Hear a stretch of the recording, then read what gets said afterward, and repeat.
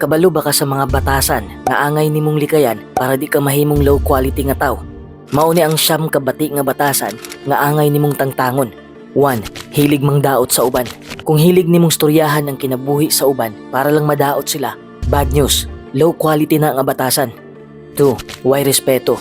Kung wa kay respeto sa opinyon, panahon ug privacy sa uban, red flag na.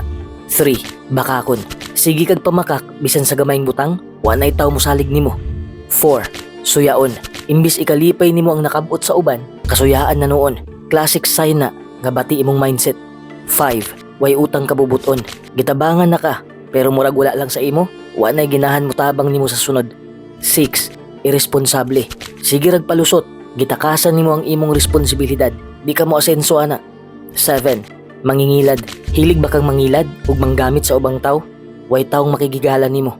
8. Reklamador. Yaw-yaw dire, yaw-yaw didto. Naa ba kay gibuhat para mabag-o imong kahimtang? Wala. Unsay pulos imong pagreklamo? 9. Punog drama ug negatibo. Sige lang gag naay kaaway, naay issue, mangwa ka nilambo. Di ta dapat inaani. Kung gusto nimong mahimong high quality nga tao, likayin ni nga mga batasan. Uyon ba ka ani nga tips? Comment lang. Like, share and follow para ma-update ka sa atong life tips.